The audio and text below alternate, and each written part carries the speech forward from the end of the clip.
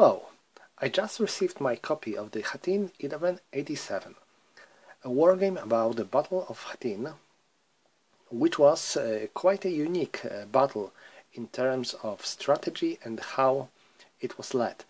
It was a crucial battle of the Crusades era, where the Jerusalem army, led by the King Guy of Lusignan and Count Raymond of Tripoli, was utterly defeated and almost completely destroyed by the forces of Saladin, who later managed to capture the Jerusalem and most of the Holy Land. This battle was, like I said before, quite unique. Why? Because most of the medieval battles were fought in the same fashion. Two armies met each other on some kind of flat or semi-flat terrain as good enough to make some charges. Then they faced each other, clashed, and the better, bigger or more braver won. And while Battle of Hattin was fought in a different fashion. It was divided into two separate days. At the first day, Crusaders' army was attacked by the Muslims who tried to stop Crusaders from making their way to Tiberiad and to find some water, which they lacked of. In the second day of the combat, after all night of waiting, Crusaders were attacked by all the forces by Saladin, and in the long and deadly battle most of the Crusaders were defeated, some killed, some enslaved. Only a few of them, led by the Balion of Ibelin, managed to escape from this hell. This battle was pictured in many books and some movies. I think that Kingdom of Heaven is most known of them, and it became a symbol of the Muslims' victory over Christians, and made Saladin man of the many legends and stories. So it is a kind of interesting battle to make a game about it, and here I have a game published by the Polish company Taktyka and Strategia in their medieval system. It is I can't count how many of these games were released, about 7 or 8 I think, and it is the latest of these, released in March 2020. And here on the cover we have a picture of the knights leaving the fortress. I think it can be a Jerusalem. I like the picture on the board because it looks nice, it looks epic, and it is very in the old-fashioned painting styles. The box is interesting because it is magnetic box, not a normal box like in many of the war games, but magnetic one. I like it too. And here on the other side of the board we have a number covers of some other games released in the system, like Hastings, Bannockburn, Legnica, Papus Lake, or sorry, this was Grunwald, and here we have a Tannenberg, sorry, Bannockburn, sorry for my mistakes. And here we have a miniature of the entire board. As you can already see, this is quite not a perfect place for the medieval battle. A lot of hills, changes of terrain, of high, different terrain. It makes quite hard for the mounted knights to charge on the enemy, to perform their combat, so it might promise some interesting and unusual battle.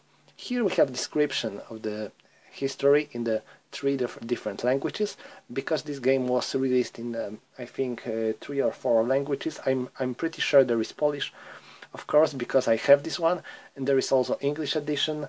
So let's take a look inside. We have this D6. You will need to roll it twice or get another one, because this system works on the 2d6 rolls mostly. And here we have a rulebook. A rulebook has about 12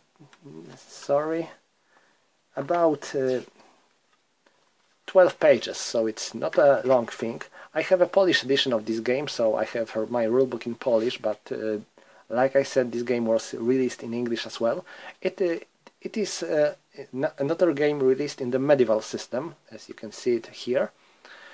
It is not a very complicated system. I think it's quite easy to handle, even if it features some unusual or maybe rare things. I will show you later. I posted my tutorial for this system on my channel as well, and so if you like, you can check it out to see how it works. So here we have a rulebook. Like I said, this one is in Polish.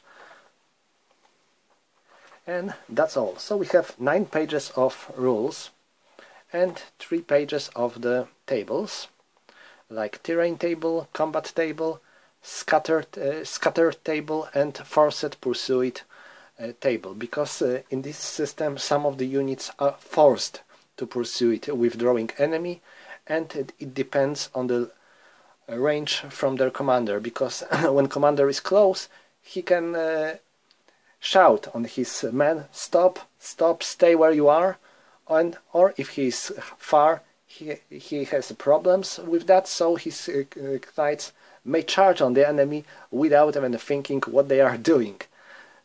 Now, here we have scenarios. There are 2 scenarios showing both phases of the battle. They are meant to be played one after another. So we have first scenario. I have this translated into English as well, actually in this rule book. I do not know why, but it is pretty handy here. We have a first scenario which shows the situation in the 3rd of July, where Crusaders' army marching towards Tiberiad, and here we have all the units. And here we have another scenario about 4th of July, where after all night of waiting, Crusaders are facing the whole battle of Saladin. Of course, the losses of the first scenario are included in the second scenario. So you have to fight or play first scenario and then play second scenario, counting the losses from the first scenario. So it shows how well Crusaders managed to fight in the first day, and it might result it might affect situation in the second phase of the battle. So that's when it comes to the rulebook. Here we have covers of the other games released by this company. There is a pretty big number of them, of the different eras and subjects. And here we have counters. There are 2 counter sheets here. They are very thick, as you can see. All counters are mounted. You can put them out with ease without using any other things like clippers or so. They are, I think the quality of their counters is one of the best in the war games I ever seen. And so we can see the difference here. Here we have Christian forces, and here we have Muslims. You can clearly tell that the Muslims have a numerical advantage here. And here we have charge counters. These counters are used when enemy cavalry charges, and for each hex it moves, it gains one plus bonus to attack, but only if it moves through clear terrain, not changes its height or so. As you can see, it is best used for the clear flat terrain and clear one straight move, not when you are trying to ride up the hill or when you are turning in the different directions. There is some infantry, cavalry units and commanders. There are also fatigue counters for the formations, because in this system fatigue is pretty important factor. When your fatigue goes too far, your units are fighting much worse. There are also fire counters, because in this battle Muslims are allowed to spread some fires all over the board to make Crusaders harder to move. So All the counters are mounted, like I said before. There's no need to cut anything. You can just put them and they are up. Maybe I might show you here. Here we have this. It is good that you don't have to clip these counters because they are already well going from the counter sheet, and there are nothing. There's no some strange things on the corners like in some American games I noticed. And which is good, you can just put the counters back into counter sheet without any problem, and it stays there. That's also not a usual thing. Next we have a board.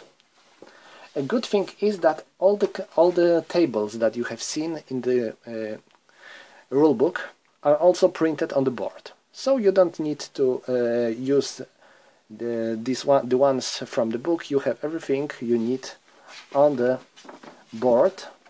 The board is divided into two separate parts. Here is part 1 and here is part 2. Sorry. Oh. Here it is. These are the same when it comes to the size. And here we also have a turn track, fatigue track, some other tables, and fatigue track for Muslims. As you can notice, fatigue track for Christians is smaller, while fatigue track for Muslims is bigger. It is because Muslims just waited for the next day of the battle, sleeping in the night, while Christians had to stay on their legs for the most of the nights, preparing for the possible attack of the Muslims. That's why they were more spent during the second day of the combat. There is also there is also morale track on this side of the board. It is pretty important because when you destroy enemy unit or capture their banner or kill their leader, morale goes up, or if you lose something, your morale goes down, and if morale goes up, you have additional bonus to fight. So that's when it comes to the this is the board. As you can see, terrain is quite not something you would like to fight when you are mounted knight. A lot of the hills, slopes, and some bushes around here and there, some mountain.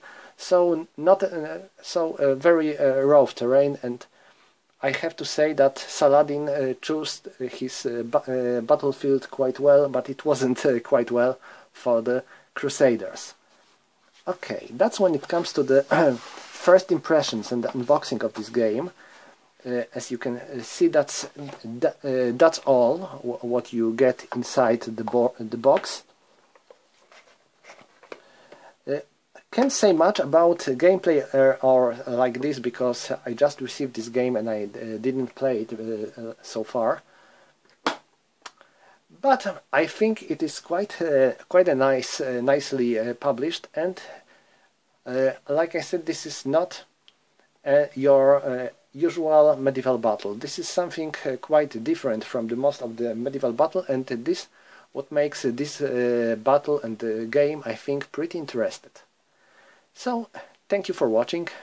I hope I was able to show you what's this game about well enough.